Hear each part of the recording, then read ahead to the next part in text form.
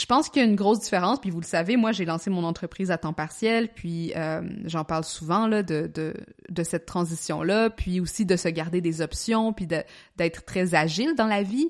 Mais je pense que vraiment cette conception de voir le pro versus l'amateur, c'est ce qui nous permet d'aller all-in dans un projet, dans un objectif, tout en se respectant, tout en respectant aussi nos ambitions.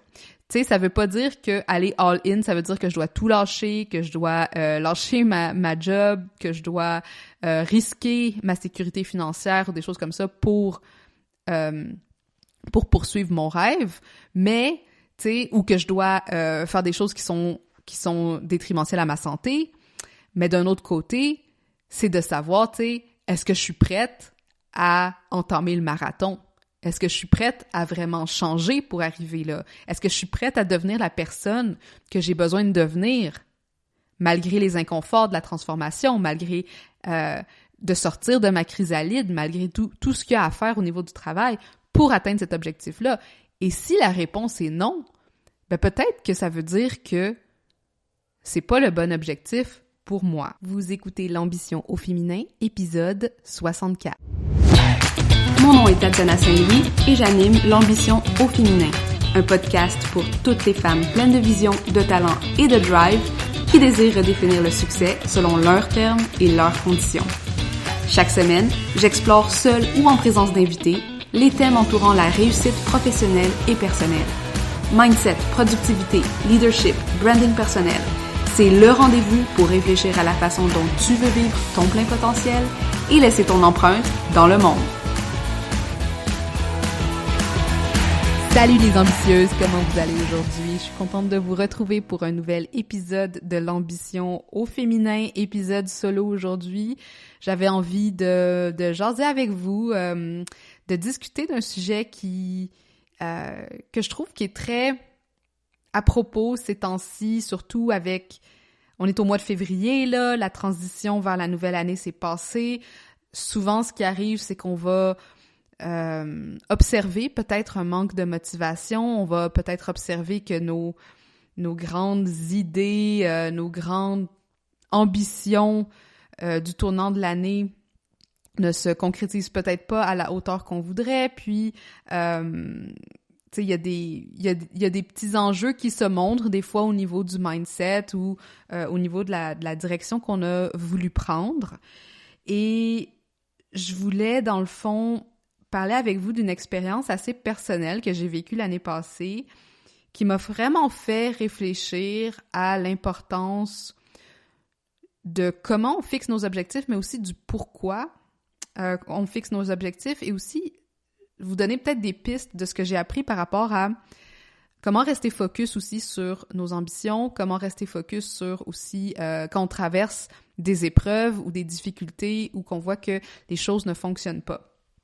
Parce que ce que j'ai remarqué beaucoup, puis ce que je vois aussi beaucoup avec mes clients qui sont soit en transition vers l'entrepreneuriat ou qui veulent monter certains projets, c'est que, veux pas, puis vous le savez aussi bien que moi, on a tous des pensées limitantes qui nous ont empêchés jusqu'à maintenant d'atteindre nos objectifs ou qui continuent à se mettre dans le chemin d'aller chercher la valeur dont on croit qu'on vaut ou de s'embarquer dans des projets dans lesquels on n'a pas nécessairement confiance. Donc, c'est sûr que toutes ces pensées limitantes du syndrome de l'imposteur, le syndrome de la bonne élève, notre perfectionniste, tout ça se met en chemin souvent de l'atteinte de nos objectifs, mais c'est encore plus profond que ça parfois.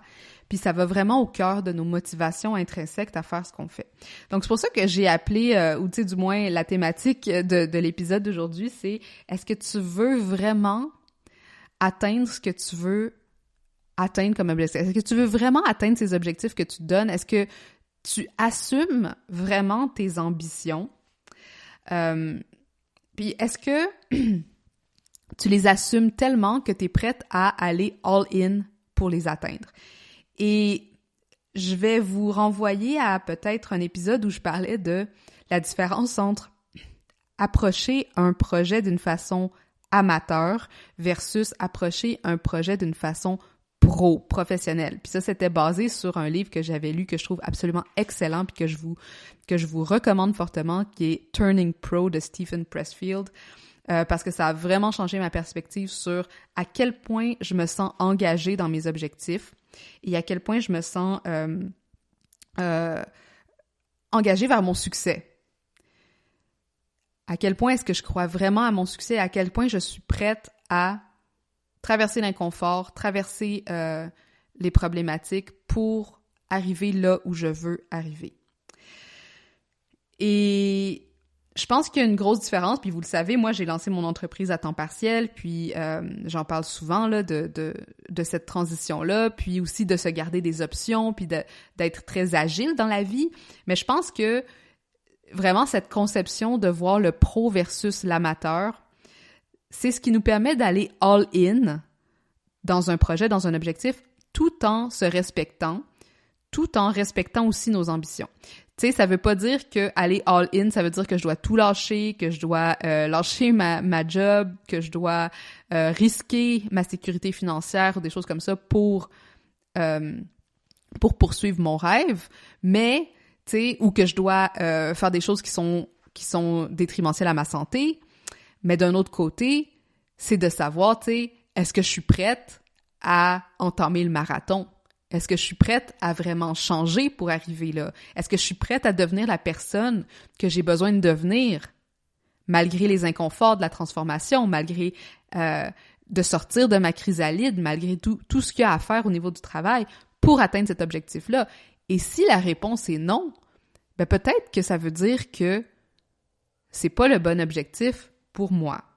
Bon, c'est pas mal abstrait ce que je vous raconte là en ce moment, mais je veux vous donner un exemple concret qui m'a vraiment fait intérioriser cet apprentissage, puis va peut-être vous parler à un certain niveau.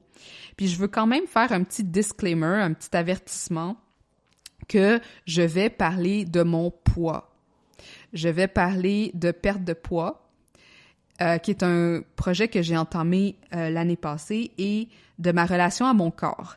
Et je veux juste vous dire ça maintenant parce que si c'est un sujet qui peut vous rendre inconfortable, si vous avez l'impression que peut-être, tu sais, vous avez pas envie de rentrer dans ce genre de réflexion, même si c'est la mienne uniquement, et je ne vais pas vous dire comment perdre du poids, des choses comme ça, c'est vraiment un témoignage de moi à vous, mais par rapport à ma propre expérience. Je veux juste m'assurer que si vous avez une sensibilité à ce niveau-là, ben vous pouvez arrêter votre écoute maintenant.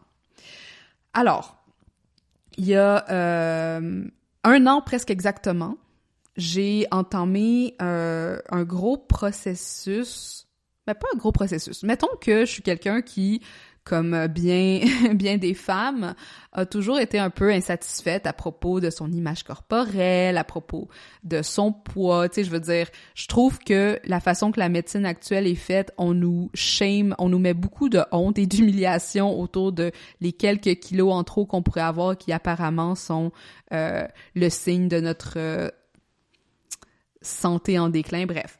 J'en aurais beaucoup à dire sur la grossophobie aussi, mais en tout et pour tout, je veux juste signifier que j'ai eu un problème pas mal toute ma vie avec le poids que j'avais, même si je suis quelqu'un qui est très musculaire. Donc, je me suis toujours beaucoup entraînée et, tu sais, on sait que les muscles, bon, pèsent plus que le gras, etc., etc. Mais avant de tomber enceinte, j'avais eu un problème de fertilité. En fait, on m'avait dit que j'avais des ovaires polykystiques et que à cause du syndrome des ovaires polykystiques, ben j'arrivais pas à perdre du poids, puis j'arrivais pas à tomber enceinte naturellement. J'allais devoir passer par la fertilisation assistée ou des choses comme ça. Et qu'il y avait 2 options. Je prenais des médicaments qui me rendaient malade et donc j'ai décidé de refuser, ou il fallait que je perde du poids. Mais moi, dans ma tête, je me disais, mais là, j'ai tout essayé, je m'entraîne 4 fois semaine, tu sais, je mange santé, puis j'arrive pas à perdre du poids. J'ai déjà même payé des milliers et des milliers de dollars en entraînement et ça ne fonctionne pas. Et en tout et pour tout, bon, j'ai détoxifié mon environnement, j'ai réussi à tomber enceinte naturellement. Ça a été un petit miracle parce que c'était le jour où je me suis ramassée en clinique de fertilité pour notre premier rendez-vous. Ils font les tests de routine et ils font un test de grossesse. Puis quand j'ai eu le résultat, eh bien, on m'a dit, ben, t'as pas besoin de fertilité parce que t'es enceinte. Donc, bref, petite histoire, le fun, là. Je suis tombée enceinte naturellement, finalement, et à travers ma grossesse, ben il y a eu toute cette comment on dit ça, apprivoisement de mon corps en changement, tu sais, puis pour quelqu'un qui a beaucoup eu des problèmes de poids, tu sais, la grossesse, ça peut être quelque chose d'un peu psychologiquement difficile de se voir justement prendre encore plus et encore plus de poids. Et j'étais chanceuse parce que j'étais suivie par des sages-femmes à la maison de naissance Côte-des-Neiges ici à Montréal que j'adore. Je me sens tellement privilégiée d'avoir pu vivre ma grossesse de cette façon-là, non médicalisée.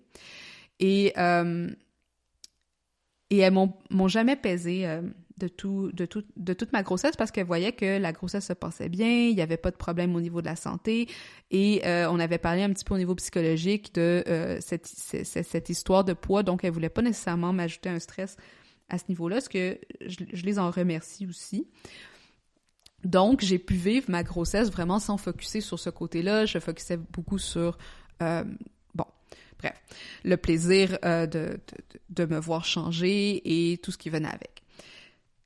Fast forward à début, peut-être fin 2019, tu sais, ma fille allait avoir 6 mois et j'ai fait vraiment la réalisation pendant mes premiers mois de maternité que là, c'était pas à cause que j'étais super enceinte que je rentrais plus dans mes vêtements, mais j'avais vraiment pris beaucoup de poids. On parle ici de environ 50 livres en kilos, j'imagine c'est quelque chose comme 20 ou 25 kilos. Et je me sentais plus bien. Genre, là, il y a eu comme l'espèce de down là, après le 4e trimestre dont on parle, là, les 3 premiers mois avec ton bébé. J'avais de la difficulté à me reconnaître dans mon corps, j'avais de la difficulté à me sentir bien, je me sentais pas non plus confiante professionnellement. Il y avait tous ces changements dans ma vie, puis tu sais, pas rentrer dans tes vêtements, devoir te refaire une garde-robe, tu sais, c'est pas toujours le fun non plus, sachant que tu sais, t'as souvent vécu avec ce stigma-là, genre dans le passé. Donc, arrive le début d'année en 2020, et là, je décide que je veux avoir du succès dans mon entreprise, je veux avoir du succès, je veux vivre une vie épanouissante, autant au niveau personnel que professionnel, et la façon dont je me sentais dans mon corps en ce moment m'empêchait de me sentir, tu sais, ne représentait pas la personne que je voulais devenir. Puis là, je dis pas que peu importe notre poids, on peut pas se sentir bien ou on peut pas se sentir heureux, c'est là vraiment que je veux faire un bémol, mais moi, je vous parle vraiment juste de mon expérience. Je ne voulais pas me sentir comme ça et pour moi, une solution, c'était comme je veux, non seulement pour ma santé, mais pour mon propre bien-être psychologique, je veux entamer un processus de perte de poids. Et comme je vous ai expliqué, j'en ai entamé beaucoup dans le passé, si bien que le dernier que j'avais fait, c'était avec un coach. J'aimais beaucoup m'entraîner, j'aime beaucoup la boxe, j'aime beaucoup faire de l'exercice, en gros, là, j'adore ça.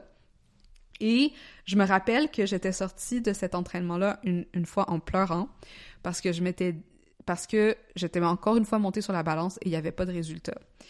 Et à ce moment-là, mon coach, qui était vraiment très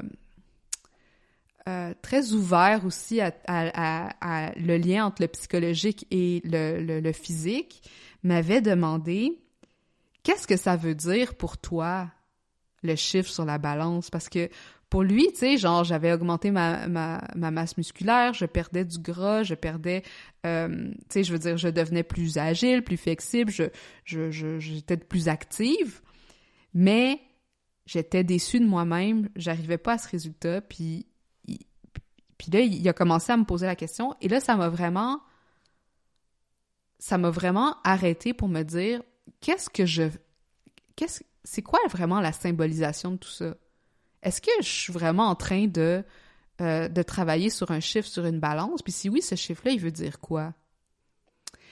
Puis là, ça a été comme un peu une petite graine qui a été plantée dans moi pour me dire, il y a quelque chose d'autre. Il y a quelque chose d'autre au niveau de cet objectif que je me fixe, que j'ai pas encore assumé pleinement, et que on dirait que je le masque derrière tous ces efforts que je mets pour faire plus d'exercices, engager des coachs, me faire rassurer à travers tout ça, alors que le problème, c'est probablement pas ça. Il y a quelque chose d'autre que je veux pas nécessairement adresser parce que j'étais pas capable de lui répondre. Bon, fast forward, ça c'était un petit peu avant que je tombe enceinte, justement. Fast forward à début 2021. Là, je me dis, OK, tout ce que j'ai fait jusqu'à maintenant, je sais comment bien manger. Je sais faire de l'exercice. Je sais que, bon, le stress, ça a un gros effet sur moi. Je vais me faire accompagner mais plus au niveau psychologique de cette perte de poids-là. Puis c'est là que j'ai rejoint le membership de Brooke Castillo que j'écoute religieusement depuis des années et qui était une coach de perte de poids avant d'être une life coach, une coach de vie. Et son membership, c'était pas donné, c'était quand même $300 par mois. Je m'étais inscrite pour un premier mois. Et là, je me suis dit, ça, c'est mon objectif pour maintenant. Mes objectifs de revenus, mes objectifs de tout ça vont prendre le bord et je vais focusser là-dessus. Et j'ai fait son programme. J'ai binge-watché son programme par rapport à la perte de poids. Et c'est là vraiment que j'ai eu toutes ces réalisations, parce que dans le fond, le programme est pas tant au niveau de diète, c'est pas tant non plus au niveau de faire de l'exercice. En fait, elle te décourage. Elle te dit, tu sais, si tu t'es pour faire de l'exercice, fais-le pas pour la perte de poids, fais-le pour ta santé mentale. Il va pas y avoir de diète ici. Nous, ce qu'on va faire, c'est qu'on va gérer les émotions qui t'amènent à trop manger. Dans le fond, le programme s'appelait comme ça, il s'appelait Stop Overeating, arrête de manger plus que tu en as besoin, et il était focusé sur le fait que on utilise, moi dans mon cas c'était ça, que j'utilisais la nourriture comme pour remplir un manque, pour réagir à certaines émotions ou des choses comme ça. Et à ce moment-là, la gestion des émotions m'a permis d'atteindre des résultats que j'aurais même pas imaginés. En 1 an, j'ai perdu mes 50 livres que j'avais pris et j'ai tout fait ça seulement. C'est sûr que j'ai pas réduit, mais dans le sens, j'ai réfléchi à la façon dont je mange, à mes signaux de faim, à tout ça, des choses qu'on t'apprend quand des nutritionnistes ils te parlent. Mais c'était pas une question de compter ses calories, c'était pas une question de quoi que ce soit comme ça, c'était vraiment une question d'être hyper consciente de qu'est-ce que je fais avec ça, qu'est-ce que je fais avec cette nourriture-là, puis comment est-ce que je fais, comment est-ce que ça se traduit en résultat dans ma vie. T'sais, comment est-ce que chaque petite action que je pose, chaque petite bouchée que je prends, chaque petite chose que je fais inconsciemment parce que je suis pas attentive, contribue à mes résultats négatifs. Puis ça a été vraiment... Ça n'a pas été nécessairement facile parce que on sait tous que du travail sur les émotions, ça veut dire que tu dois vivre avec l'inconfort de l'émotion, alors que par le passé, cet inconfort-là était rempli par, dans mon cas, la nourriture, mais ça peut être aussi le travail, ça peut être tout un tas de choses avec lesquelles on remplit ce manque-là. Les achats compulsifs, ça peut être plein de choses qui nous empêchent d'être pleinement conscients avec ce qu'on est en train de vivre, avec nos réalisations. Alors, une des premières étapes pour arriver à ce travail-là que j'ai fait, c'est qu'il fallait que je m'engage à vivre l'inconfort sans avoir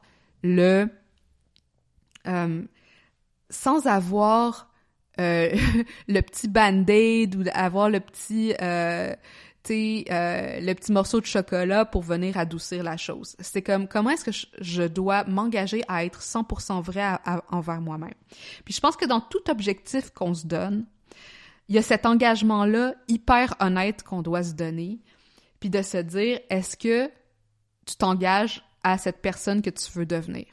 Puis moi, ça, c'était une phrase que je me répétais souvent pendant ce moment-là, pendant les moments où je disais à mon chum « Ah, j'aimerais tellement ça, manger une toast », parce que on s'entend, moi, j'ai arrêté de manger du pain, parce que, tu sais, dans le fond, il y a pas de diète, mais une des choses que dit, tu sais, c'est comme « Mange pas de sucre », on s'entend, tu sais, mange pas de sucre, puis mange pas de pain parce que le pain, dépendamment de comment ça réagit, puis moi je le savais que le pain me fait beaucoup réagir, c'est de voir, tu sais, c'est quels éléments qui te font prendre du poids ou perdre du poids, ou tu sais, comment est-ce que tu peux manger. Puis tu sais, j'ai coupé le pain de ma vie, puis je m'en sens pas plus, tu sais, je veux dire, j'ai fait ce choix conscient, des gens seraient comme moi, je serais jamais capable de faire ça, je vous demande pas de le faire, moi je l'ai fait parce que j'étais engagée à cette version de moi-même que je voulais, puis pour moi, le pain était moins important que mon image du succès que je voulais pour moi-même. Puis devoir dire non à la farine, au pain, aux pâtes, c'était ma façon de m'engager envers moi-même. C'était de ma façon de me dire, oui, je fais ce choix. Je fais ce choix conscient parce que je sais qu'il y a quelque chose de mieux de l'autre côté. Puis tout objectif implique ça. Devenir entrepreneur, lâcher sa job, devenir une meilleure épouse ou peu importe ce que c'est, ça implique qu'on va faire des choses inconfortables, mais qu'on les choisit consciemment. Je voyais aussi que, tu sais, souvent, ce qui s'était passé dans le passé avec les différentes choses que je faisais par rapport à mon poids, notamment genre de augmenter mon activité physique, d'essayer de faire des diètes parce que j'en ai fait par le passé, c'était tout axé sur essayer de mettre sur quelque chose d'externe la solution et de pouvoir blâmer cette chose-là si ça marchait pas. Fait que dans le projet que je me suis donné, dans le fond, j'avais besoin de prendre la full responsabilité de mes résultats pour pouvoir mettre en place, pour pouvoir être vraiment commit, pour pouvoir être vraiment engagé sur chaque action que j'allais poser. Puis ça, c'est quelque chose que je vois beaucoup dans l'entrepreneuriat, c'est que, puis en général, mes clients, quand ils sont mes clients, ils ont compris ça, mais tu sais, avant de le devenir, souvent, je vois qu'il y a la mise de la responsabilité sur d'autres facteurs externes, comme par exemple, mais là, j'ai fait toutes les formations qu'il y avait à faire, mais là, je publie tous les jours, puis ça marche pas, puis là, il y a la pandémie, puis là, il y a ci, puis là, il y a ça, puis là, il y a mon argent, puis là, il y a mon chum, puis là, il y a ma famille, puis là, il y a mon horaire. Mais à un moment donné, c'est de se dire, ton résultat, il y a personne d'autre qui est responsable que toi. Si tu te dis, ah ben, j'étais trop stressée, j'ai mangé un morceau de chocolat, comme dans mon cas, ben, il y a personne d'autre qui a mis ce chocolat dans ma main. Il y a personne d'autre qui s'est levé pour aller le chercher. Fait que c'est de savoir comment est-ce qu'on peut s'assurer qu'on est 100% responsable de nos actions, de nos résultats, de nos choix. Puis, par le passé, j'ai l'impression que c'est ça qui était arrivé. J'avais préféré mettre le blâme sur des méthodes, mettre le blâme sur... Puis après ça, me dire « Ah, ben ça marche pas pour moi. Moi, je suis une exception. » Moi, je suis une exception parce que dadadi-dadada. Ce qui est complètement faux, là. Je vois pas pourquoi je serais différente de plein d'autres mondes. Donc, à travers ma reconnexion avec mes émotions, ma reconnexion avec ma vision pour moi-même, ma reconnexion avec mes choix, il y avait aussi ce degré d'autoresponsabilisation qui était extrêmement important.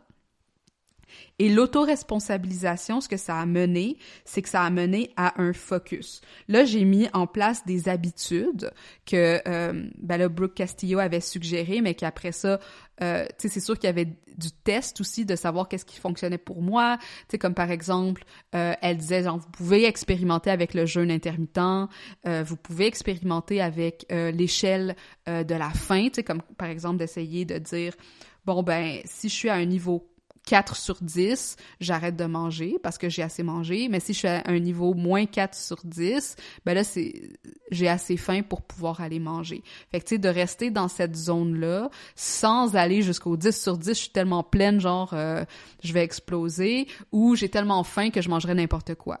Fait que, tu sais, vraiment dans la conscience de soi, ça m'a permis aussi d'aller chercher du focus dans les habitudes que j'ai mis en place. Comme par exemple, une habitude qui a beaucoup supporté mon projet, ça a été d'écrire tous les jours, la veille, qu'est-ce que j'allais manger le lendemain et de garder, de respecter ça. Puis si je disais, aujourd'hui, je vais manger des fraises avec de la crème fouettée, ben il fallait que je respecte aussi qu'est-ce que je m'étais dit. Tu sais, c'est pas... Parce que notre moi présent va souvent essayer d'éviter l'inconfort, d'éviter les difficultés. C'est notre cerveau reptilien qui va agir sous le coup du plaisir ou du déplaisir. Alors que si on est capable de planifier d'avance ce qu'on va faire, là, c'est notre cerveau rationnel qui nous dit, tu sais, je suis en communication avec ton moi futur, je suis en communication avec ton objectif, et voici ce qu'une personne rationnellement serait capable de mettre en place pour atteindre cet objectif-là. Et c'est supporté notamment parce que je suis en train de lire en ce moment dans un livre vraiment intéressant qui s'appelle Predictably Irrational, où, tu sais, il faut pas demander de prendre des décisions importantes quand tu es dans un état d'excitation, ou, tu sais, dans un état très, très émotionnel. Il faut faire attention au genre de décision qu'on prend dans ces moments-là. Puis moi, comme je focusais sur le fait de manger moins mes émotions, ben, tu sais, je pouvais pas prendre nécessairement des décisions en état émotionnel, et donc je devais me rappeler, voici la décision que tu as prise, voici la décision que tu as prise, fais juste suivre le plan que tu t'es donné avant d'être dans cet état-là. Donc, le focus devenait beaucoup plus clair aussi. Puis finalement, une chose que je pense qui était une belle chose à aller chercher, autant au niveau de l'autoresponsabilisation, mais c'était de faire confiance au processus. Et ça, c'est quelque chose que je vous encourage tous à faire si vous embarquez dans soit un coaching ou si vous embarquez dans quoi que ce soit que vous essayez d'apprendre, c'est que il y a une courbe d'apprentissage, il y a une courbe de difficulté, il y a des creux dans le processus qui font que à un certain point, on va atteindre des plateaux. Tu sais, ça m'est arrivé aussi avec ce projet-là de perte de poids. On atteint un plateau. À ce moment-là, qu'est-ce qu'on fait? Est-ce que ça veut dire qu'on doit tout mettre à la poubelle? Est-ce que ça veut dire qu'on doit réajuster? Tu sais, c'est là vraiment qu'il faut se dire, parce que si on fait confiance que ça va fonctionner, ben là, c'est sûr que on n'arrive pas avec tout un tas de pensées limitantes qui vont nous empêcher de mettre en place les bonnes actions pour corriger le tir si nécessaire. Et moi, quand je me suis engagée dans ce programme-là, je me suis dit, je vais y aller all-in, dans le sens que je vais faire confiance all-in, que c'est ça que j'ai besoin de faire en ce moment.